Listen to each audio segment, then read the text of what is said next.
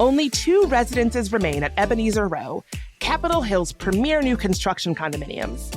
These spacious 2-bedroom, 2.5 baths are graciously sized to meet your needs and artfully refined to match your style, priced from $1 million. With a walk score of 97, you're just steps from Eastern Market, Barracks Row, and Navy Yard, plus 2 metro stops for seamless city access. Don't miss this rare opportunity to own in one of DC's most coveted neighborhoods. Visit EbenezerRow.com to schedule your private tour today. Today on CityCast DC. It is a pretty weird time here in DC, but it's also made me want to celebrate and affirm the little things that make living here so special. Like, is it Malcolm X Park or Meridian Hill Park? Or is it Reagan National Airport or DCA? DC has a whole host of rules that are kind of the thing where if you know, you know. But there is disagreement, even among longtime DC residents. ClockoutDC's Jade Womack and Greater Washington's Dan Reed take me to school on the essential rules of life in the district. Today's Thursday, March 13th. I'm Bridget Todd, and here's what DC is talking about.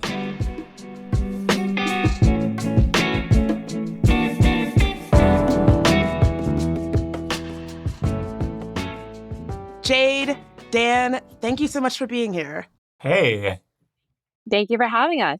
Okay, so we're all folks who have lived in DC for kind of a while, and I think you live anywhere long enough, you kind of get these unofficial rules to life in your city. I do feel strongly that there are rules to living in DC, and when I see somebody who seemingly does not know the rules, I'm like, doesn't this person know the rules? But we don't want to make it seem like we're saying, if you don't do X, Y, Z, we're going to call the police and like, the DC police is going to take you away, right? I would hope not, because I probably would be taken away too. And I'm from the area. Like, so how are you two thinking about, when you think about essential rules to life in DC, how are you two thinking about them? How do they play out for you? I like to think of them as almost like a secret handshake, right? You know, there's a stereotype that DC is this very transient place and no one is from here. But like, statistically speaking, most people who live here live here. So it's, you know, somebody who grew up here, it's a way that I can sort of welcome people in, right? Like, here's a thing that you can know as someone who wants to put down roots here and build life here and become a part of this community. So should we get into some of what you think of as the unofficial rules of DC? I should also say right off the top that we don't all have to agree. We're all longtime Washingtonians, but we might not all agree on what are the essential rules for DC, right? Absolutely. absolutely. I mean, we can just throw out the first one, which is the most obvious one, right? Which is that you stand on the right, you walk on the left. Like that one is probably the most unofficial, like the most popular unofficial rule in DC if you were to ask anyone. No, it is the way to spot a tourist on the metro, right? Like if they are standing on the left-hand side of the escalator and you can see people behind them, people are getting impatient, like it's always an indicator that somebody has not learned. Okay, so I 1,000% agree with you. I think that's like a hard and fast rule that everybody should be following. However, just to push back a little bit, I am just finding out that a University of Maryland researcher just put out a report saying that rule that we all live our lives by might not actually be the best. We actually covered it in a recent roundup on this podcast, but apparently that rule might actually slow us all down. What are your thoughts on this? What do they say we should do instead? Oh, here's Priyanka. She knows more about it than me. She was telling me this, and I was shocked hearing this or seeing her type this. Yeah, producer Priyanka here. So yeah, we saw this report from this UMD researcher, Michael Fu, basically saying that because there are more standers than walkers in DC on average, especially at peak transit times, you end up having all of these people who are waiting to get on the escalator to stand on the right, and you have a very few people walking up the left, but it ultimately leads to all of this congestion and leads to us getting out of the metros slower. And so he recommends that, especially again at peak transit times, we should just all be loading up onto the escalator 2 people at a time, filling up both rows, and everyone will clear out of the station faster that way. So I don't know. It's a very controversial theory, but if it's what the science says. Well, DC isn't really known for getting things done quickly. So to me, it seems culturally appropriate that we will be standing on the right and walking on the left. What is the expression? A city of northern charm and southern efficiency? That's right. I guess another rule while we're in this metro space is I think you should know how to use the metro. You should know a basic way of getting a smart chip card, using the metro, probably knowing your bus lines around you. I don't want to look down at people that don't, but it's not interesting that you never use the metro. Like a lot of people do. And so knowing how the metro works, I think is just an essential rule of living, or at least being in DC. Yeah, I have a vivid memory of like living at home after college, and my mom waking up one morning to my mom explaining to my dad, who for much of his career worked next to Union Station, how to use the metro, because he has lived here since 1987 and prides himself in having only ridden it twice. Wow, that being a source of pride for him is really something. Weird flex. That was the day of the Fort Totten crash, so you can bet he will never ride the metro again. Wow. Okay, what about people who only do metro and they're like too good for the bus? Missing out. The bus is the best people watching. There's a lot of reflection that happens on the bus. I highly recommend it. And you have better cell service too. Absolutely. And also, in some ways, it's much more efficient to use the bus. Like, I live in Union Market. To get to Adams Morgan, it's the most jarring way to go on the red, to hop up maybe to the green and walk a bit or whatever. And instead the bus, it's door to door. So why not? Mm-hmm. I would also add, if you're using any kind of public transit, I mean, this isn't a rule for DC, but it's just a rule for when you use it. Let people get off first before you get on. I also would argue that I don't know what y'all's temperature is on this.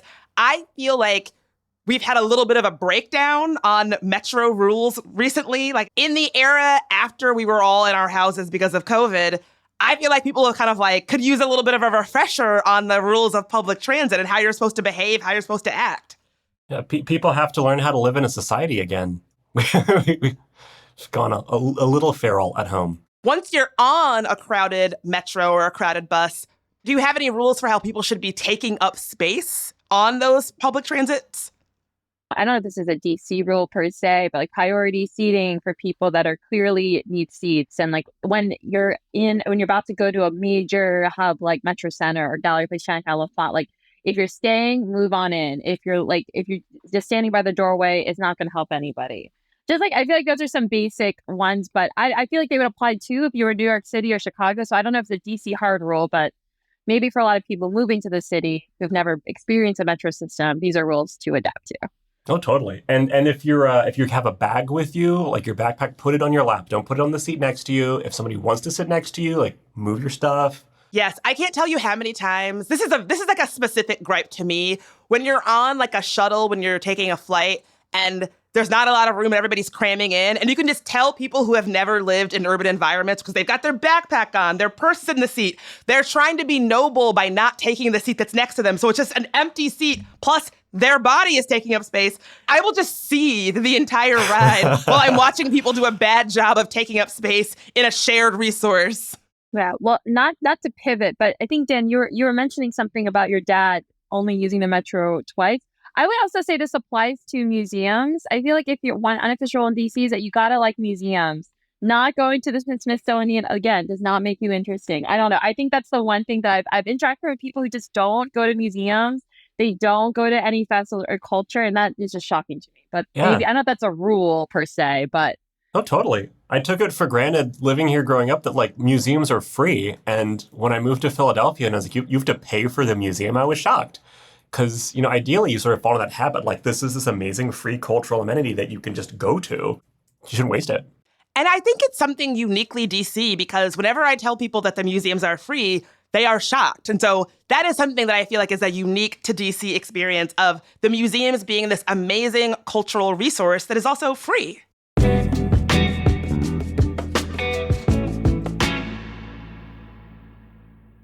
Are your ulcerative colitis symptoms proving difficult to manage? Tremfya guselkumab can help you manage the cycle of UC symptoms. At 1 year, many patients taking Tremfya achieved clinical remission, and some patients also achieved endoscopic remission. Individual results may vary. Tremfya is a prescription medicine used to treat adults with moderately to severely active ulcerative colitis. Serious allergic reactions and increased risk of infections may occur.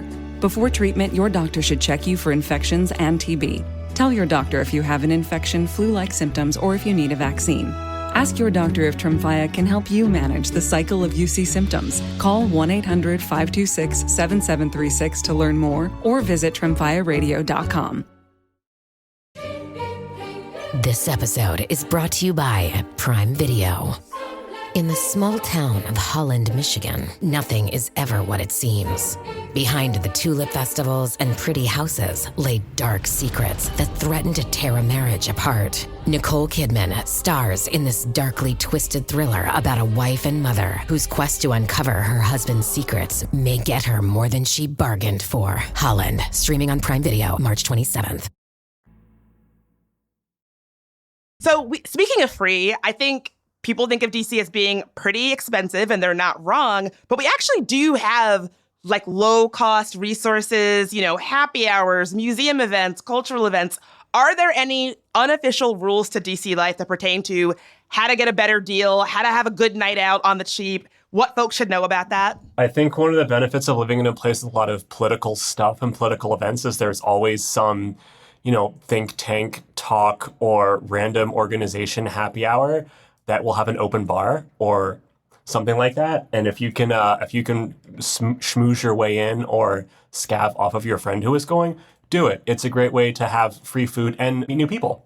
I would say also, I guess this is maybe like a post-pandemic thing now that everything has a free time pass that you have to reserve. So like if you're not a planner, you just start becoming one, because you really have to start thinking 2 or 3 weeks out, because anything from going to Jazz in the Garden with the lottery to now, like, which is something that I think is a quintessential DC thing to do, visiting the zoo even nowadays, the Air and Space Museum, like a lot of things now need free reserved passes. And so I think the unofficial rule for DC is we really have to think 3 weeks out, or I think before there was maybe more spontaneity. Oh, that's news to me. That sounds stressful. It is. So this explains why every weekend I'm like, why don't I have anything to do? It's because I haven't thought it through. And I understand why. I think because it helps organizers know, like, head counts and things. But, there's probably a huge triage of like 50%, 50% of people actually show up to things. But that being said, when tickets go live, a lot of things sell out very quickly, it seems. Like, for example, Ren Festival is coming up in August. And last year that sold out within like, I think the first 2 weeks that they put tickets out on sale, even before the event began. So you have to really think ahead. I think that's just planning. DC is a city of planning. But actually, Bridget, I have just a question. How do you feel about what do you do? That is such a, like, you're not supposed to ask people what they do. And you are a podcast host. So please indulge. So we were talking about maybe not agreeing with the rules. This is a rule that I actually don't really agree with nor live by. I am a podcaster, and when people are like, oh, what do you do? Sometimes when you say, I'm a podcaster, people are like, that is the coolest thing ever, tell me everything. Sometimes I can visually see people's face, like, judging me, and they think that I'm, like, in my basement, and, they think all the things that they think, and they're not totally wrong. But Michael Schaefer and I talked about this on an episode. I think DC is a city of people who are passionate about what they do, and I think passion is great. And I actually don't think it's necessarily some sign of like, oh, you're trying to be a climber and a schmoozer because you're asking somebody what they do. I love finding out what people do. So that's not a rule that I really agree with. But what do you all think? I feel like it's one of those like stereotypes about DC, not just the question, but that like people have this ulterior motive about the question. Because I don't think it's that unique to hear people asking what people do. And I think it's a maybe less insidious version of the other question that cities are often stereotyped as asking is, where did you go to high school? Which I think the way it's been described to me, like, this is when I lived in Philly, it's like, this is, where you went to high school is a way for people to sort of like sort you as like socioeconomic level, maybe even ethnic or racial background, or like, who do you know, right? Like, in some ways that seems worse than where do you work or what do you do? Yeah, no, I would, it's interesting. I kind of related this New York Times article I was reading about like unofficial social partying rules. I think it was Molly Jong-Fast who said something like in New York, people will pretend not to know you, but in DC, they will definitely pretend to know you. And maybe fitting to that stereotype of like, what do you do? And like how you could be of use to me, I guess, or something of this. But I agree with you. I think I've changed. I think before I thought I was like, why do people want to know what we do? Like, isn't there more to me than my job title? But now I view it as like, wow, like people do such interesting things, and they so many people come to the city to do things they're passionate about. And, it's great to learn about what people, what keeps them up at night and like what they're interested in. Well, that goes back to the rule around don't say nice to meet you, say nice to see you in case Every you actually. time. What do y'all think? What are your thoughts? Dan, it seems like you've got an opinion. I, in fact, this week encountered somebody who said, it's good to meet you. And I'm like, not only have we met before, but I'm going to tell you the like date and location of where we met. In a nice, polite way, of course, but people do not forget those things. So you always say, it's good to see you again. Yeah, I mess up with this a lot. I maybe this is a get out of jail free card. I'm just like, I had long COVID for a while. My memory was bad. I'm so sorry. Like, it's not that you're not important or you're like a face to the sea. I'm just, yeah, like there's just a part of 2022, 2023 is a little blurry right now. Yeah. Yeah. The one thing that will trip me up is if I don't know if I met somebody online or in person, which, for the past few years is kind of the same thing. I have to shout out my friend Sadie, DC resident, who just wrote a book called Do I Know You? About her life in DC with literal face blindness. So part of me is like, okay, you have a ready-made excuse to be like, I don't remember you. I don't know your face. I can't place you. That's really interesting. And a good reason. It would shut me up. Right. Okay, so I have to ask about this rule. What are your thoughts about the unofficial DC rule around not dating somebody who lives across the river from you? What are your thoughts? As somebody who lives in Maryland, I feel like I do not benefit from this. Yeah, you're like, I would never get dates. Facts. It is. I have been on so many last dates with people who I invite to Silver Spring, where I live, which famously is on the metro and several bus routes that go to DC. It's just too far. It is ironically easier for me to date people in Virginia than in DC, even though I could walk to DC from my house. Jade? You know what? Well, I'm currently dating somebody in Arlington. And thank God they have a car because Respect. I know, right? I think I visited Virginia the most this year solely because of this person. I think last year I went to Arlington 6 times. So I don't know if that's a weird flex at all, but like that's like the most I've crossed the river. So I think, well, it's not like there's a rule, like there's something wrong with people in Virginia or Maryland. I think it's more the convenience because people live in DC.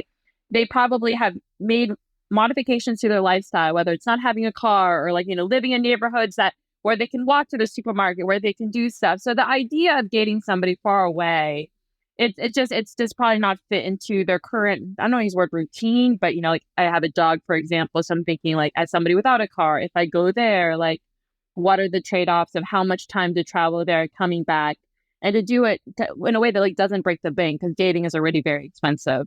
Yeah, no, that's real. I think the ideal for me is someone who lives just close enough that it's easy to get to their house, but not too close that if things go south, I never have to see them again. That's very real. We can't go to the same grocery store.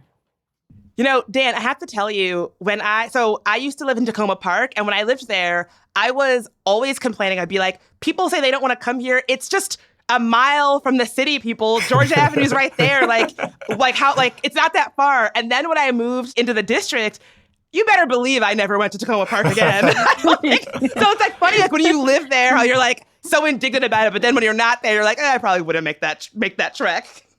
And even in the quadrants within DC, right? I live in Union Market.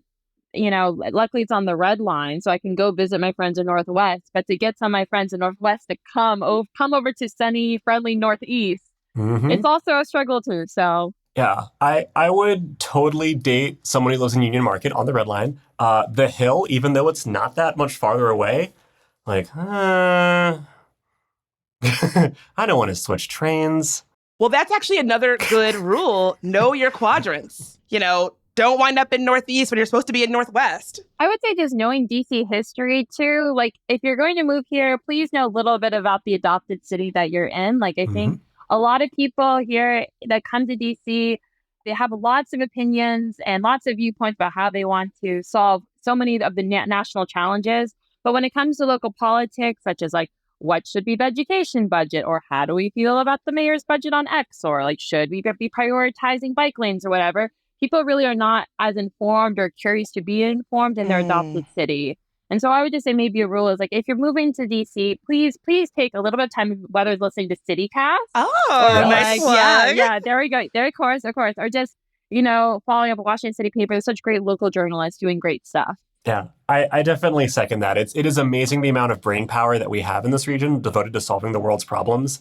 And like, all of it is focused on somewhere else functionally. I've noticed that throughout this conversation, we've just been saying DC, DC, DC. That might be another rule. I don't think that people really refer to it as Washington, DC. And I also think that we're sticklers about the names of things. I don't think I've ever heard anybody call DCA Reagan National Airport ever. I don't think I've ever heard that in conversation. No. Never. That is like I feel like a noob thing, not to call it national. I think like old school DC, like before any of us were alive, would call it Washington, but with like the accent, right? So it'd be more like Washington. Mm-hmm. And that actually reminds me of what we were talking about, Dan. So before we started recording, if you had asked me what people refer to Meridian Hill Park as, what do you think I would have said? Meridian Hill Park. Well, I would call it Malcolm X Park. And in my mind, I'm like, oh, well, anybody who is anybody in DC calls it Malcolm X Park. But Dan, you were talking about how your family has lived next to that park for decades, and that's not what y'all called it. Yeah, my family came here from the Caribbean in the late 60s, early 70s. They lived next to it. They lived in a building called the Park Meridian. And growing up, I only ever heard it called Meridian Hill Park. And it wasn't until I was an adult, like in college or after, that I first heard somebody say Malcolm X Park. So that's definitely a rule that, I don't know, it just really opened my eyes to the fact that I have been maintaining this as a hard and fast district rule and, getting a little bit of perspective from the Washington of generations ago who might not have felt the same way. I mean, for example, though, too, right? Like Noma was never called Noma, right? And it was called like maybe Union Market District or like Admo versus Adams Morgan. I mean, there's so many ways in which the names of things have also evolved too. Yeah. Especially I think now as the city has grown, there are neighborhood names that sort of had gone out of use but came back, like Parkview. That is a historical name that wasn't used for a long time and is now commonly used again. And then there are some that aren't used, such as Lanier Heights, which was my old neighborhood, which lives between Adams Morgan and Mount Pleasant. I thought Austin Graff, great person to follow on Instagram. He was doing a neighborhood guide for all the neighborhoods in DC, and like Lanier Heights is like this little small, like maybe like 5 blocks wide. And I was like, good luck with the guide. Maybe these are some, here's the one restaurant in Lanier Heights, but it's like most people would refer to it as Adams Morgan. Okay, so we've talked a lot about different unofficial rules to DC. Are there rules that you wish existed for the city, or maybe that you would like to steal or adopt from other cities? Ooh. I would like the rule about not crossing the river to change. I'd love to meet somebody. Well, one rule that I know from living in New York is that if you see a celebrity on the street, you're supposed to be like, there's Sarah Jessica Parker, who cares? And I wonder if there's a DC version of that rule. Like if you see Joe Biden or Kamala Harris on the street, that you just got to be like, oh, okay, there they are. I feel like a lot of the really big, powerful political people, you wouldn't know their face. I think this DC has no chill when it comes to celebrities. That's been my experience. Yeah, I even when I lived in New York, I never followed the pretend you don't care rule. Like if I see somebody on the street, I'm running up to them, I'm getting a picture, I'm like, that's me. I will claim that energy. That's right. That's the magic of living here, is these are people who are their job theoretically is serving people, right? So yeah, I mean, that's just one of the things that I think makes DC special. The people who are making decisions and presumably helping us live better lives, both here in DC and nationally. You could see them around, and that's the experience of life in DC. It's something that we shouldn't take for granted. Well, if you are listening and you're thinking, I have an unofficial rule of DC, or I wish this was an unofficial rule of DC, reach out to us, let us know. Maybe we'll make it a rule. Maybe we'll have a campaign to be like, this is the new rule of DC, and if you do not follow it, they will take you away. Jade, Dan, thank you all so much for being here. Thank you for having us. Yeah, thanks for having me.